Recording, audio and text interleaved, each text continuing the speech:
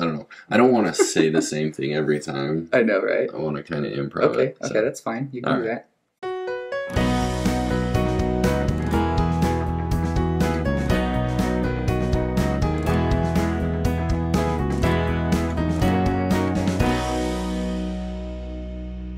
Welcome back, everybody, to the Balance for Life podcast. Our goal here is to inspire you and to help you unlock and uncover the secrets to lasting happiness and true success. And if you feel like we're doing a good job at that, please give us a 5-star review, a like, comment, all those things that help us grow. Yeah, absolutely. And join us on social media. Social media, yeah. We're on Facebook, Instagram, TikTok. All at Balance for Life, 4 Life Podcast, and Twitter at Adam and Perry.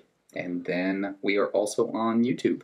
So if you're not watching us and you're listening and you want to watch instead, head on over to YouTube. Give it a watch. Mm-hmm. Yeah. So this week, we're through our pillars. We're so we've done introduced, with them. yeah, we've introduced all the pillars. So that was a big step. So this week we thought we would start out by establishing a foundation, right? We want to start out with the cornerstone and help build our way up. So we want to build that foundation of a healthier lifestyle. Yeah, and I think the key word there, right, Adam, is mindset. Yeah. So our frame of mind has so much to do with our motivation, our desire to be healthy in every aspect of our lives. Because if we don't want it, if we're not, figuring out how to establish those habits, then it's just not going to happen. Yep, absolutely. So, and Perry, you mentioned mindset. Mindset is really kind of the key aspect here in everything that we're going to be talking about with our health. So we wanted to give that a quick introduction and spend some time this week, talking about mindset. So you're probably already familiar with, or some of you may be familiar with, the famous quote by René Descartes, right? I think, therefore I am. Je pense something. Yeah, something in French. Yeah. But basically what it means is that's how he recognized that we were a separate being from everything around us, right? It was kind of that philosophy of, how do we know that we actually exist? And it's because we have the capability of thought, and we have brains that work. Some of you may also have read in Proverbs, in the Bible, the Old Testament, where it says, as a man thinketh in his heart, so is he. But that's Proverbs 23, verse 7. I Googled that last night. Nice. Now you know. Now I know exactly where it is. There's a few of them. So you may have read that, you may have heard some of these quotes, and so we really wanted to take that kind of concept of how does thought interplay into everything else that we're talking about here with health. Mm-hmm. And, I really like the proverb, how it says, as a man thinketh, so is he, right? Because that's kind of the key aspect to all of this, is thought plays such a big part in everything else that we're talking about here. And yeah, exactly. You think about the things that you do, that you end up doing, it all starts with a thought, right? So if you, and sometimes it's a really quick thought, right, or reaction, but everything starts with a thought. So what you think about doing, you end up spending time doing and getting better at, right, which can be a positive thing or a negative thing. So we need to train our minds to be able to think about the things we want to think about, because sometimes my mind especially wanders quite a bit. So. Yeah, absolutely. So to kind of play off of that, as I've gone through this whole journey with health and wellness and everything else, I kind of came up with this idea, right? I played off of the I think, therefore I am, and as a man thinketh kind of lines, and I came up with this idea of, I think most people are aware of the whole idea of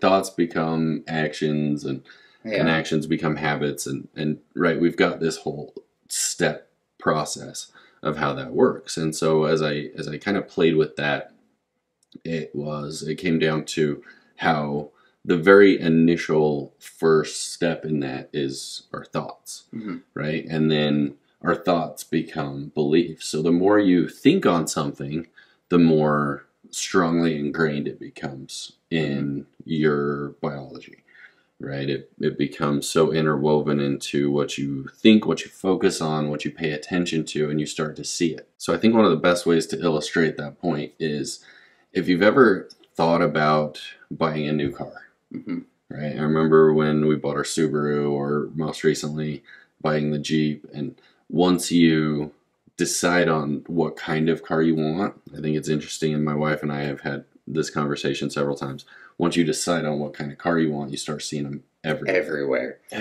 Yeah, that phenomenon of what happens when you first buy something or start thinking about it and then you see it everywhere. It's called the Bader-Meinhof phenomenon. I don't know if I pronounced that right. I think I did, but I saw Google it. Yeah, well, I saw it in a show once, and then it's such a weird word. It's probably like German or something. And so the next time I was trying to tell somebody what it was called, I couldn't remember, and I looked it up, and I was like, I don't know if I'm pronouncing it right now, but I think it was Bader-Meinhof. So, like, recently we bought that new Jeep Wrangler, and once we made that decision to buy that Jeep, I started seeing them everywhere, and every time we would drive past one, I was like, oh yeah, I like that aspect of that one, right? I like that color. I like those tires. I like those wheels. I like whatever it is about that one that I liked about it. And so I think as we start to think on something, we start to focus on it, and it just becomes more involved in who we are. And so as we believe it, it gets stronger and stronger, and we take action. So our beliefs then become action. So our thoughts become beliefs become actions, right? We see something, we want it, we focus on it, and then we take an action towards it. And as we take that action towards it, those actions build into habits. I think, I can't remember what it is, but it's something like 3 times of doing something makes it a habit, right? So if we do it so many times, that becomes a habit. Yeah. And then as we build these habits, we build more and more of them, and those shape who we are as individuals. So as I kind of thought through this whole process, it came to me, I was like, how could I develop this into something that's just an easy, I can make a poster out of it, I can hang it up in my house, I can make it easy to remember, I can make it easy for other people to remember. And so I took kind of the key aspects of that, and I created my own personal mantra of believe, behave, become. So as we think about something, we believe it, we act on it, right? Our behaviors, and then it becomes who we are. And so I've created these posters, and I actually have, so on my TV screen, I have all of the 7 habits on a different poster on our screensaver on our TV. Nice. And I have all the 7 habits, and right in the center is that mantra, believe, behave, become, and then I've shortened that to just be, because all of those start with BE. So there you go. Believe, behave, become, and just be. And I think I actually used that as one of our quotes. Okay. Our motivational quotes on our social medias, yeah. So if anyone was wondering, anybody that saw that, that's where that came from. Adam came up with that himself. I did. He invented the words and everything. Yeah. I'm amazing that way. You know what? I thought of something interesting also as you're talking about our thoughts becoming beliefs and our beliefs becoming actions. This believe, behave, become. And I was talking last night with my sister about the power of our brain. And some of you have probably heard of that study where they took 3 groups of people, had them all shoot free throws, and like 100 free throws, see what their shooting percentage was. And then one of the groups, they had them practice every day. Another group, they had them not practice at all, but imagine themselves shooting free throws and making them. And then the other group, they told them, don't think about basketball, basically, for like 30 days. And the group that imagined themselves making free throws improved almost as much as the group that actually practiced them. So our brains really are powerful thing. Obviously, actually doing something is better than just imagining yourself do it, but it's not that much better. I mean, so doing both is great. Practice it when you can. If you really want to get better at something, even just imagining yourself playing the piano and doing your scales or whatever you want to get better at, that's a really powerful thing. Yeah, that they actually talk about that in the book Effortless Mastery, Okay. and I don't know if you ever read it. I recommended it to you guys Okay. Yeah. back in the early days of the band, Yeah. and yeah, it was recommended on social media by somebody that I follow. It was actually I think it was the English Budgies guy. Oh, okay. Yeah. Yeah. So Well, and then one other thing I wanted to say Oh, yeah. along with that, something that I want to try, but I haven't gotten around to it, is I've wanted to test. Well, first get to the point where I can lucid dream, oh yeah, on command or whatever, because I have a couple of times, but I've read about how to do it, and basically what you have to do is as soon as you wake up, write down everything you can remember about your dreams, and do that every day, and eventually your brain will start to recognize patterns of things that only happen in dreams, and then when they happen in your dreams, you'll realize, oh hey, I'm dreaming, and then you can control what you do while you're dreaming. interesting. And I've thought it would be really interesting to get to the point where I can do that every night, and then practice, like playing the guitar, practice something and see how much that affects how much I improve. That's an interesting So concept. I think Yeah. maybe it would work. Yeah, my 15-year-old daughter is actually really into that whole concept of lucid dreaming and shifting, and Yeah. like shifting reality. But it really is. It's a mindset thing. It's all about focusing so much on what you want, and I think that's crazy. You were talking about the power of your brain and the power of thought, and it reminded me of the story Joe Dispenza. For those of you that don't know, Dr. Joe Dispenza, he's a chiropractor, and he's wrote several books about this kind of exact thing and about how our brain works, and it goes into the quantum physics quite a bit, and so it's a little bit difficult to understand sometimes, but For those of you that don't understand quantum physics, Yeah. like us. But yeah, it's crazy. So in one of his books, I think it was Evolving Your Brain, but he was talking about how he got into this whole mindset game. And so one of the stories that he tells is he's a big bicyclist. And he was in this bike race, and he was coming around a curve, and a car was coming the opposite direction, and he had to stop very quickly. He actually ended up getting hit by the car, and I can't remember how far he went through the air, but he ended up having a lot of damage done, and broke his back in several places, and road rash, obviously, and several things happened with that. But so he went to several surgeons, doctors, talking about his spinal injury, and they told him that the only way that they could fix it, or the only options that he had, was to do a very invasive surgery and put rods in and things like that, and it would take, I think it was like 3 or 4 different surgeries in order to get that fixed, and he would basically be disabled. And so he kept asking for different opinions, and he finally found one. I think it was the 4th or 5th doctor that he went to, and they told him that it would take 2 surgeries instead of the 4 or 5, and they would place different rods in different places, and it was still a very invasive surgery. And so he decided, instead of doing these invasive surgeries, he decided that he was going to heal himself. And what he did is he ended up going to, and I'm probably butchering the story, so Dr. Dispenza, I apologize if you're watching this. And if you are, we're really excited. Yeah, we are really excited, and I truly admire your books, your work.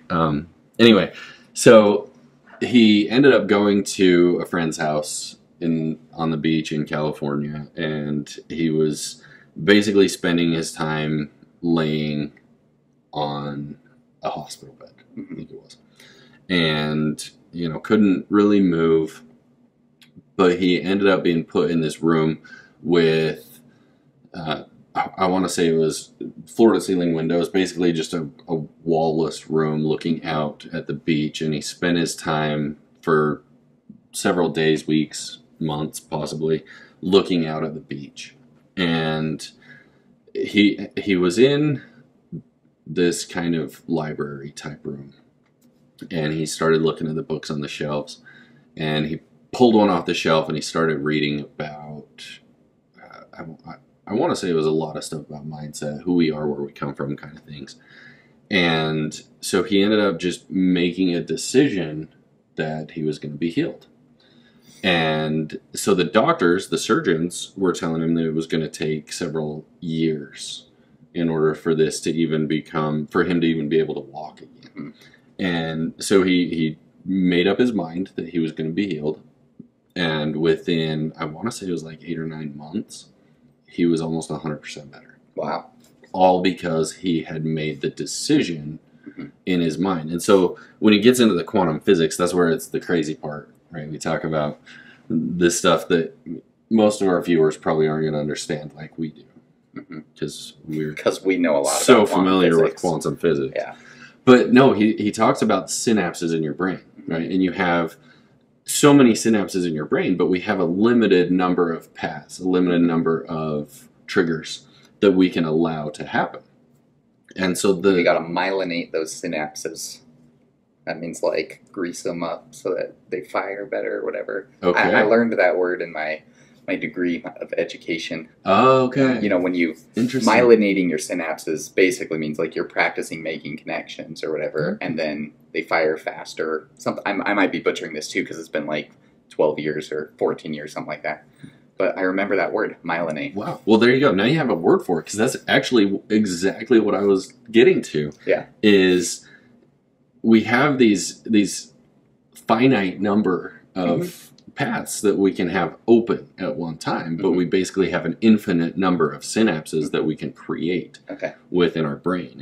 And so what he talks about is as you start to have these thoughts and as they become beliefs and habits and as we go through that whole process, it basically just trains your brain to focus and allow that synapse to become easier and easier and easier for those thoughts to process through.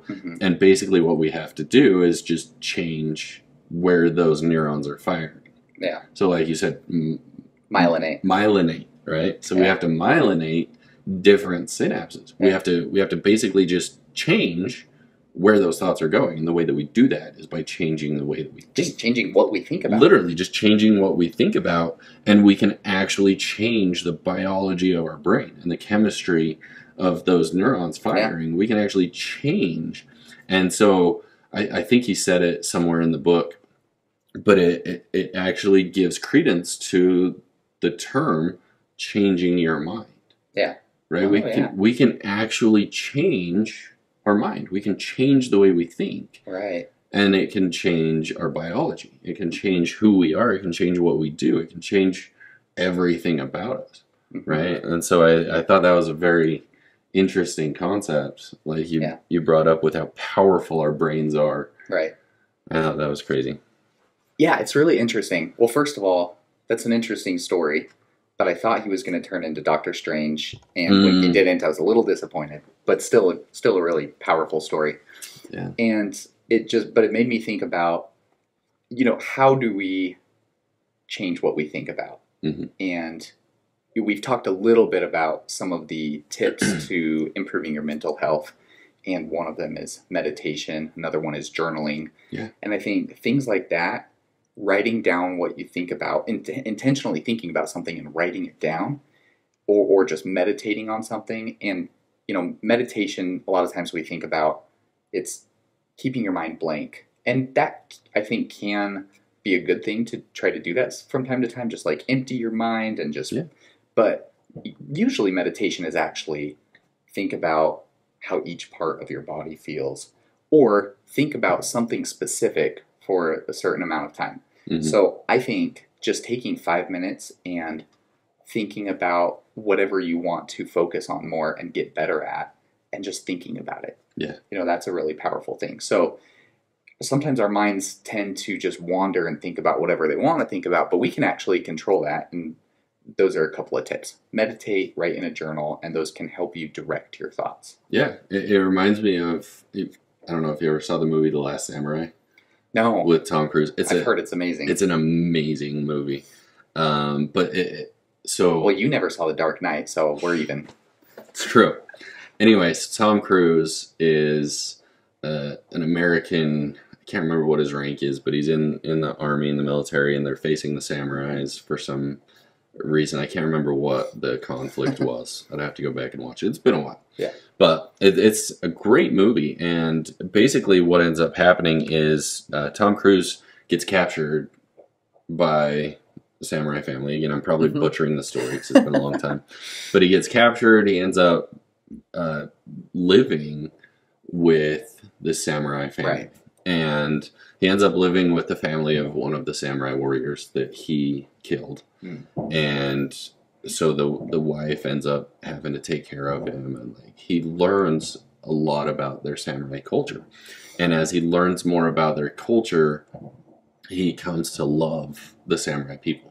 And he starts to learn more about their ways of fighting and learns more about all this stuff. And he's out trying to learn how to sword fight. Because he's obviously an amazing fighter, right, in the movie. And he gets out and he starts to train, and he sees these little kids training with their wooden samurai swords, katanas. And so he goes out and he wants to practice. He wants to learn the samurai way. And so he's out there and he's practicing, and he keeps getting beat, even though he's this amazing American warrior. He keeps getting beat by these samurais. And one of the men, I can't remember how he fit into it all. I want to say it was like the brother of the woman that he was staying with that was taking care of him. So it was like the brother-in-law of the man that he had killed, whatever.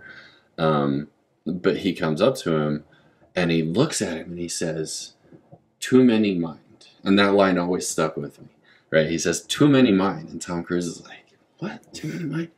And he says to him something like, "Mind the children, mind the house, mind the family, mind your home, mind all of these different things.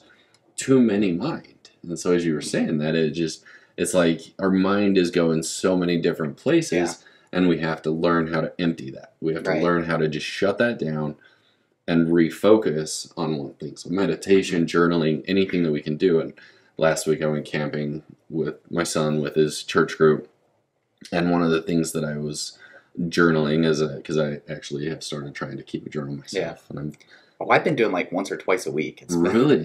I'm trying to do every day. Yeah, I've done a few times.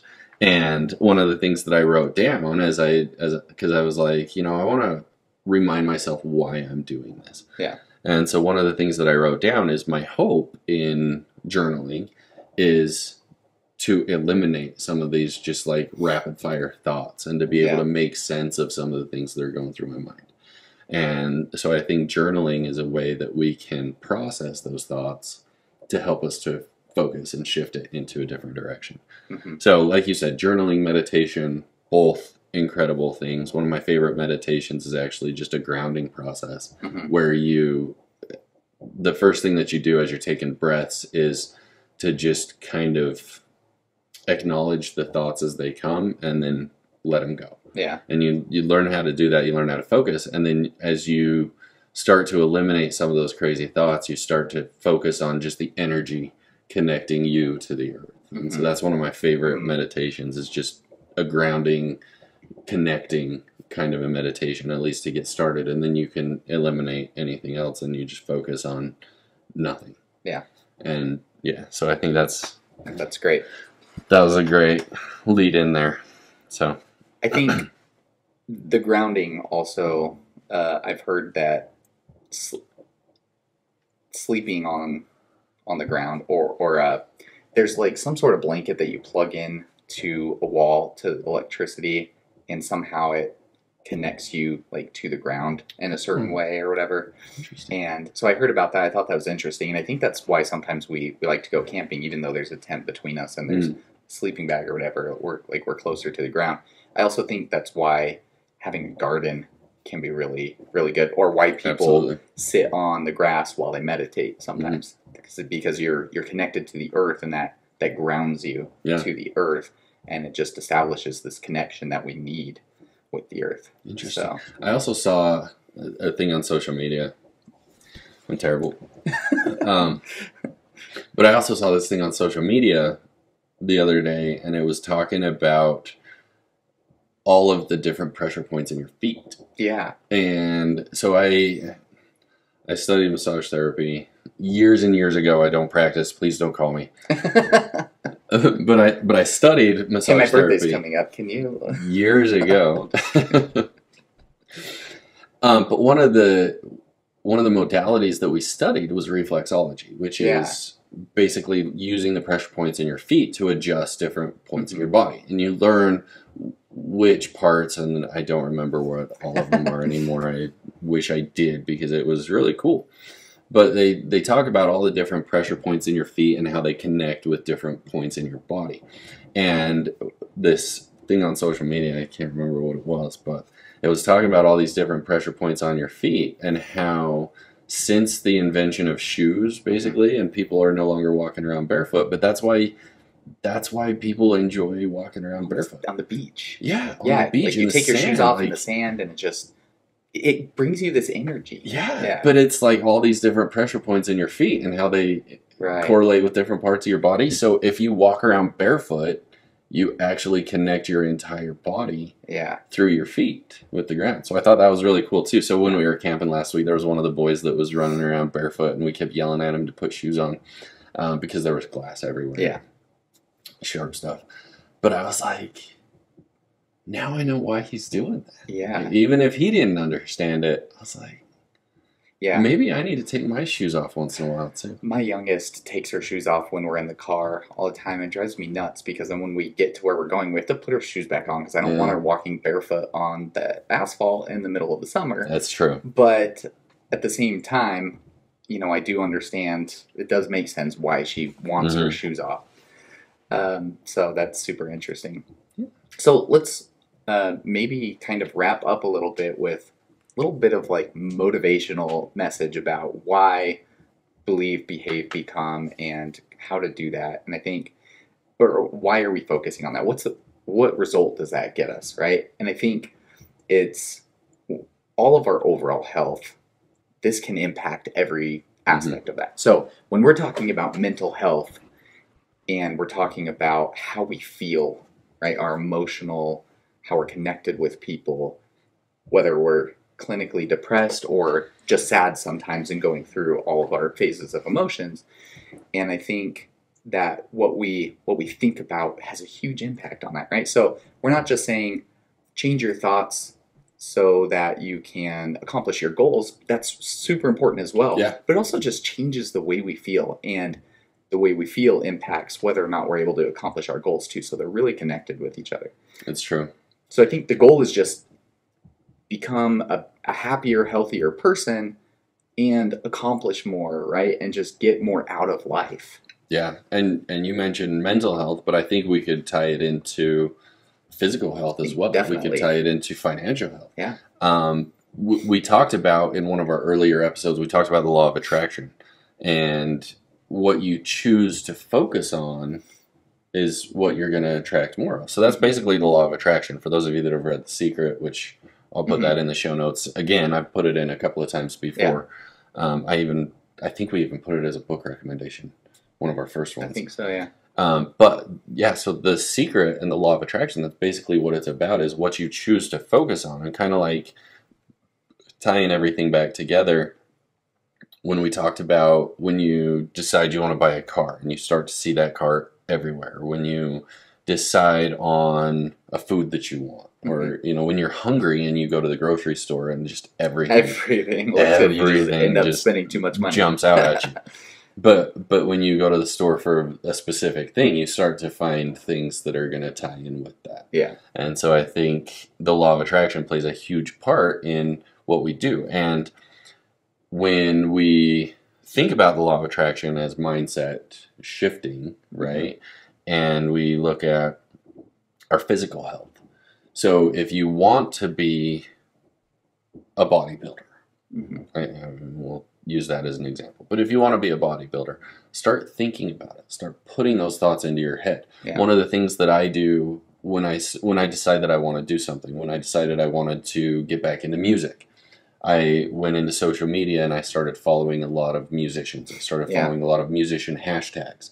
And so following these things, so every time I pulled up my social media, I would see people that were in the position that I wanted to be in. Yeah. Or I would see musical instruments. I would see things that would bring my focus into the music. Right. When I started wanting to start a business, I started following entrepreneurs and wealth hashtags and things like that so that I could get my mindset into that frame of mind of where do I want to be? Right. Where do I want to take this? And so I think that law of attraction, focus on what you want, because that's, as you focus on it, that's what's going to come to you. The energy, right? And we talk about the energy relationships and how we're all energy and we're all connected, we're all tied together. And the energy that you put out is what you're going to be bringing back in. Right. And so the things that you choose to focus on are the things that you're going to attract more of to you. Exactly. If you want to be successful at something specific, make money doing it, or just be successful to the point where you feel like you've really accomplished something, it really starts with that. You think about it, you spend your time thinking about that thing, focusing on it, and then you start to do things naturally because it's what you think about. And as you do things, you create those habits, your behavior changes, you start to change who you are, literally. Absolutely. Yeah. Cool. Well, I think we'll wrap up then. And like always, we're going to have our weekly challenge. So one of the things that I want to focus on is that too many mind concept, right? So I want to use our weekly challenge this week, and I want to challenge you to spend some time in silence. And I think so often in our world, we get bombarded with noise and chaos. And I think a lot of us, me included, are afraid of silence. Of nothing. Are afraid of nothing, right? And so I want to challenge you to get comfortable with nothing, with silence, with what's inside your own mind. And don't run away from yourself. Yeah, don't run away from yourself. So my challenge this week is spend some time, find a quiet place, find a place where you can be alone, a place where you feel comfortable, right? I did this last week when I was on our camp out. Went and found a spot where I could sit down, connect with the earth, and just empty my mind. And so I challenge you to do that same thing, whether it's once, whether it's every day. If you're already doing it, great. But just spend some time alone with your thoughts, with your quiet, and just see where it takes you. And try and focus on that too many mind concept of understanding where your thoughts are going. And like you said with lucid dreaming, try and focus that and empty your mind. So that's the challenge for this week, is meditate and get comfortable with yourself. Get comfortable with your own mind, with your own thoughts, and start to take control of the reins of where your brain is control of it. Yeah. Yep. Well, that's a great challenge. Again, we want to thank you for listening. Don't forget to give us a 5-star review, like, comment, share, etc. Yeah. And don't forget to join along. Don't forget to join us again. We will be back every week with new episodes on Mondays. We're going to be on Spotify, iTunes, Amazon, Google, YouTube. Check it out. And just search and find us, and we'll be there. Search Balance for Life, but make sure it's the number 4. Yeah, Balance for Life podcast. And then join us next week. We are going to talk about an aspect of financial health, and that is college and student loans and how to reduce or even not get student loans as you go to college. And we're going to share examples of things that we've done to reduce or avoid student loan debt. Yeah. Perfect. Sounds like a great time. Yeah. So we'll see you next week. Yeah. Thank you. See ya.